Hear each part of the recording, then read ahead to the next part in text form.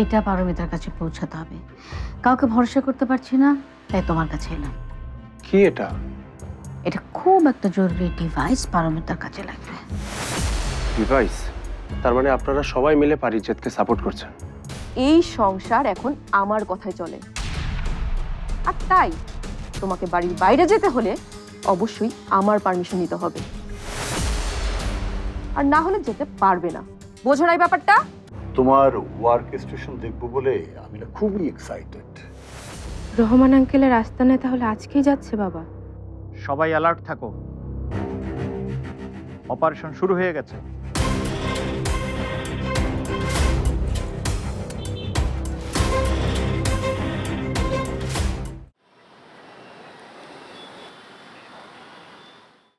Sir, একজন উকিল আপনার সাথে দেখা করতে আসছে।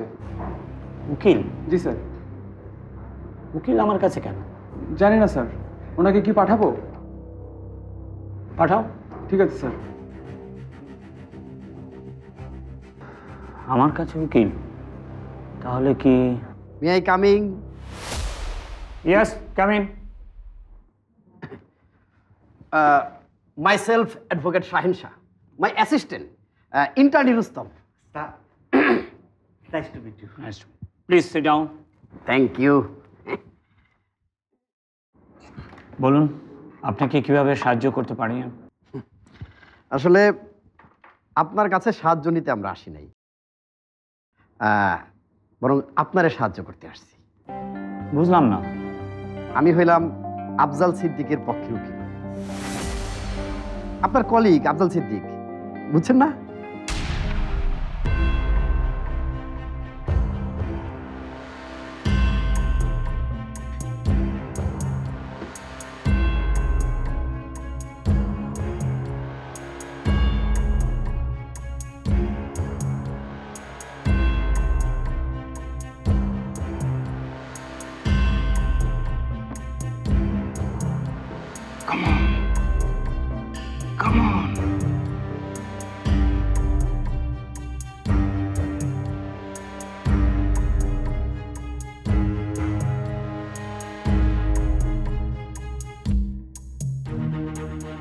ইয়েস, এবার আর আমাকে কেউ আটকাতে পারবে।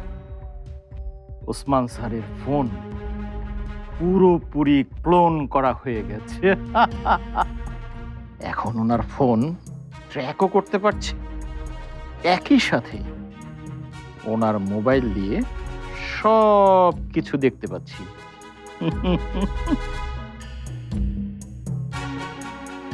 রহমান স্যার, এবার আপনার অবৈধ সব ব্যবসার গোপন খবর ফাঁস হয়ে যাবে, আর তার পুরো ক্রেডিট পাবো আমি।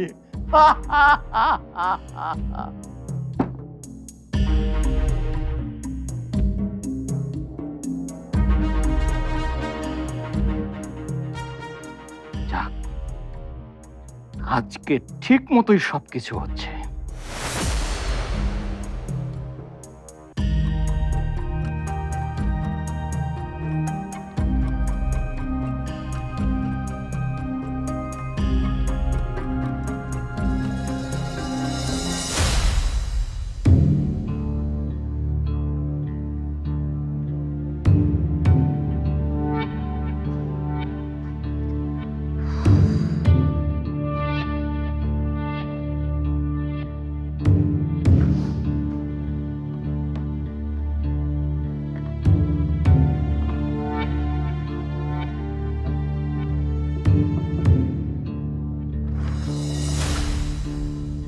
আমি শুধু অপেক্ষাই করব, কেউ আমাকে কিছু করে দিবে, কেউ আমাকে কিছু জানাবে।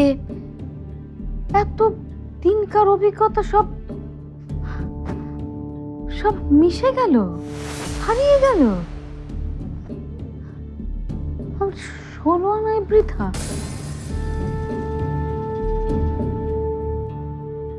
হেরে গেছো তুমি নাদিয়া, হেরে গেছো তুমি, হেরে গেছো। এই যে পারমিতাকে দেখো, আমি এত কিছু জোগাড় করলাম, এত হেল্প করার চেষ্টা করলাম, সে কোনো কিছু না নিয়েই রহমানের আস্তানায় চলে গেল, আগুনের মধ্যে ঝাঁপ দিয়ে ফেললো। মেয়েটা ফলো করার সময়টা পর্যন্ত আমাকে দিল না। কিভাবে ওর লোকেশন ট্র্যাক করবো আমি? কি করে বাঁচাবো আমি ওকে? আর বলটুকুই বা আমি কি জবাব দেব? আমাকে এতে আসলে কিচ্ছু হবে না, কিচ্ছু হবে না। সত্যি সত্যি হেরে গেছে, হেরে গেছি আমি। আমরা থাকতে আপনি হাঁটতে পারেন না ম্যাডাম। ইমন, রনি, তোমরা এখানে? আসতেই হলো ম্যাডাম। যার কাছ থেকে আমরা সব কাজ শিখলাম তার সাথে এমন অন্যায় হতে দেখি কিভাবে? আমরা সব সময় আপনার সাথে কাজ করেছি, আমরা এখন আপনার সাথে কাজ করতে চাই ম্যাডাম। তোমরা এটা করতে পারো না। তোমরা যদি এটা করো তোমাদের কারো চাকরি থাকবে না। চাকরি গেলে যাক ম্যাডাম, কাজ করলে আমরা সৎ মানুষের আন্ডারেই কাজ করব, নইলে করব না। চিফ যে আপনাকে সরিয়ে দিয়ে নিজে মিশন সাকসেসফুল হওয়ার ক্রেডিট নিতে চায়, সেটা আমাদের কাছে খুব পরিষ্কার। তাই আমরা ঠিক করেছি আপনি আবার মিশন টেক ওভার করবেন, আর আপনাকে আপনার মিশনের দায়িত্ব বুঝিয়ে দেব আমরা। কিভাবে? চিফ যে ট্র্যাকার দিয়ে রহমানের কাছ পর্যন্ত পৌঁছাবে, ওই ট্র্যাকারের এক্সেস আমাদেরও আছে ম্যাডাম। আমি চাইলে কোর্টে গিয়ে ইনস্ট্যান্ট কেসটা ডিসমিস করে ফেলতে পারতাম, কিন্তু পরে ভাবলাম যে একজনের উপকার করতে যায়া আরেকজনের কেমনে বিপদে ফেলাই বলেন। মানে কি? আফজাল সিদ্দিকীর বিরুদ্ধে করা মামলাটা ভরস্বকর ভূ অন্তস্থ অ আকারে আ ভুয়া। উপর মহলের চাপে যে আফজাল সিদ্দিক জেলে সেটা আমি জানি। না না, এমন কিছু না। উনি দুর্নীতি করেছেন তাই ওনার বিরুদ্ধে মামলা হয়েছে। আর যখন আদালতে প্রমাণ হবে আফজাল সিদ্দিক দুর্নীতিটা করেন নাই, তখন আপনার নামেই যে ওই 100 কোটি টাকার মামলাটা দেয়া হবে, সেইটা আপনার উপর মহল বলেন নাই। দেখুন, আবল তাবল কথা বলে কোনো রকম কনফিউশন সৃষ্টি করবেন না। এমনই হয়, বড়লোকরা আপনার আমার মতো চুনোপুটিদের টুপ হিসেবে ব্যবহার করে, আর কাজ শেষ হয়ে গেলে আপনার আমার কি হইলো সেটা নিয়ে কেউ মাথা ঘামায় না। শোনেন, আফজাল সিদ্দিকের কিছু হোক না হোক, কোম্পানির হয়ে ভুয়া মামলা দেওয়ার কারণে আপনি কিন্তু কঠিন বিপদে পড়ে যাবেন। রোস্তম, জি স্যার, ফাইলটা দাও।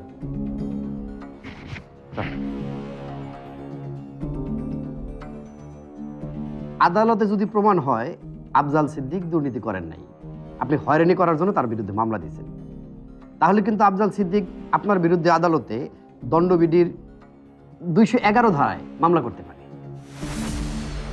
আর মামলায় যদি আপনি দোষী সাব্যস্ত হন, তাহলে কিন্তু 2 বছর জেল হইতে পারে। এখানে শেষ না, আফজাল সিদ্দিক চাইলে আপনার বিরুদ্ধে মানহানির মামলাও করতে পারে।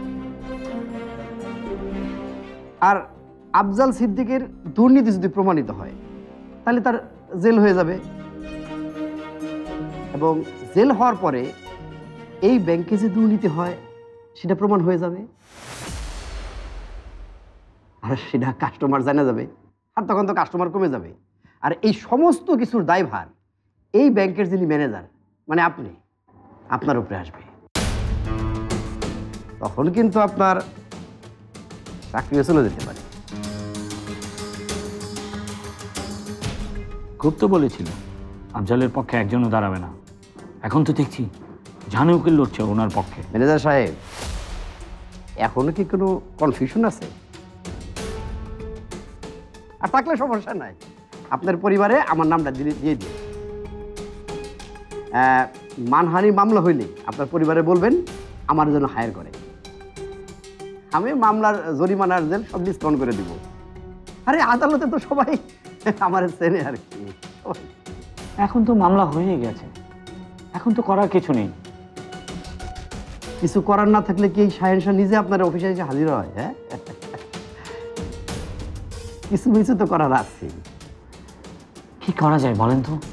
আমাকে এমন জায়গার থেকে চাপ দিয়েছে, আমি পুরোটাই ফেঁসে গেছি।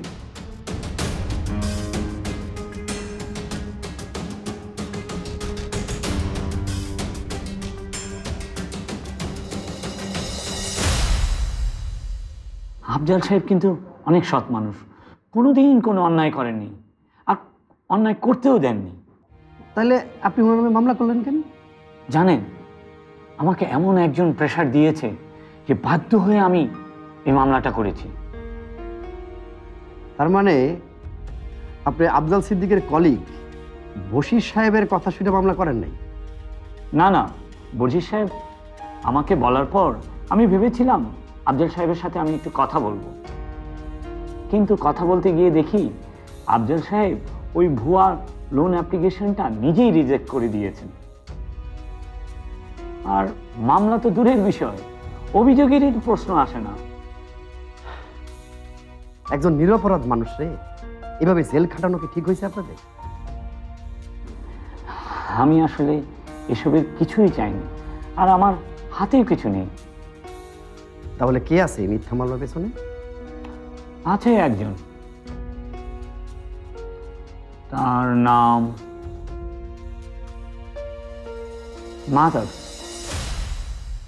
মাহতাব শাহরিয়ার। যাক, যা রেকর্ড হয়েছে মামলা ডিসমিস করার জন্য এটাই যথেষ্ট।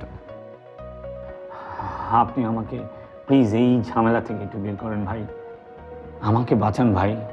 আমার বউ আছে, বাচ্চা আছে, আমাকে একবার পুলিশ ধরে নিয়ে গেলে আমার সব শেষ হয়ে যাবে এবং আমার চাকরিটাও থাকবে না। আফজাল সিদ্দিককে জেলে পাঠানোর আগে এটা মনে পড়ে নাই? রুস্তম, জি স্যার, কাগজ কলম বের করো।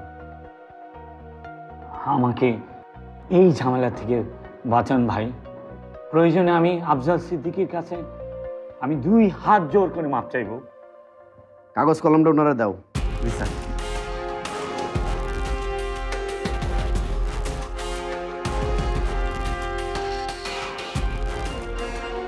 আমারে এতক্ষণ যা যা বললেন তার সব কিছু এখানে লিখা একটা সাইন করে দেন, বাকিটা আমি দেখতেছি।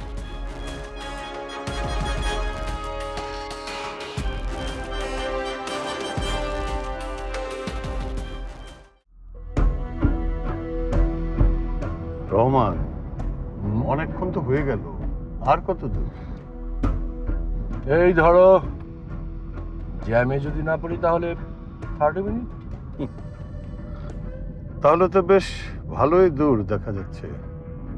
চিটং থেকে এসে সবকিছু নিজের মতো গুছিয়ে ফেলেছো না? এটাই কি নিয়ম না যে তুমি গোছাতে পারোনি বলে আমি গোছাতে পারবো না? হ্যাঁ, তা ঠিক। সেটি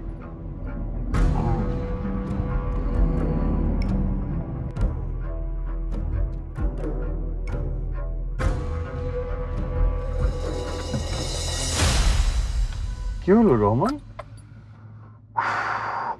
স্টার্ট নিচ্ছে না, কোনো ঝামেলা হয়েছে মনে হচ্ছে। এই জায়গায় এই অবস্থায় আশেপাশে কোনো গ্যারেজ পাবে? আরে অস্থির হলো না তো, গ্যারেজ লাগবে না, আমি নিজেই দেখছি ইঞ্জিন গরম হয়েছে বোধহয়।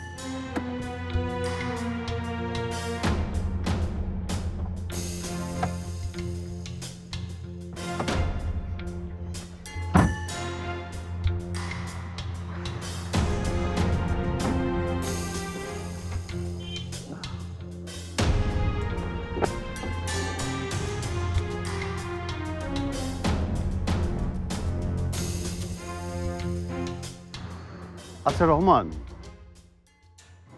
ড্রাইভারকে নিয়ে আসলে না কেন? ড্রাইভার আসলে অ্যাটলিস্ট তোমাকে মেকানিকের কাজ করতে হতো না? হ্যাঁ,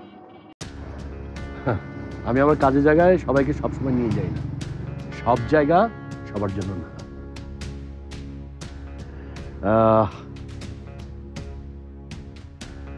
এই যা ভেবেছিলাম তাই। আসলে এই গাড়িটা তো আমার চালানো হয় না, পড়েই থাকে। ইঞ্জিন গরম হয়ে গেছে, পানি দিতে হবে। পানি আছে সাথে? হ্যাঁ আছে, পেছনে আছে। হাই হাই, ডিকি খুলবে নাকি রহমান আঙ্কেল? তাহলে তো আমি এখন এখন আমি কি করি? না না না, এটা হতে পারে না। শেষ মুহূর্তে এসে সবকিছু নষ্ট হয়ে যেতে পারে না।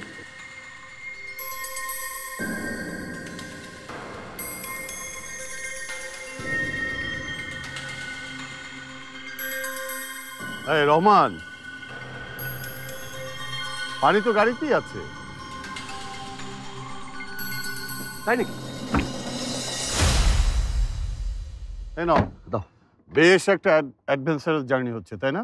অ্যাডভেঞ্চার তো কেবল শুরু, আরো সামনে কত অ্যাডভেঞ্চার বাকি আছে। তাই নাকি? যাও ওসমান, যাও, বাঘের খাঁচায় যাও। তুমি আমার বাঘ ধরার টোপ। রহমানের ওয়াজ শেষ দিন।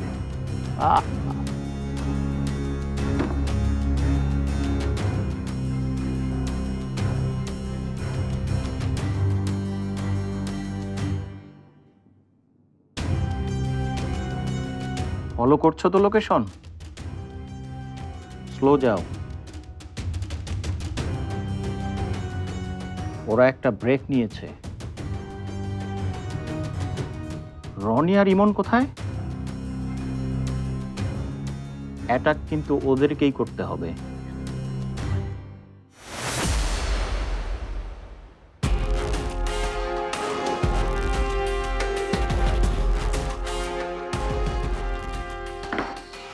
Welcome back to the mission, man. Thank you very much.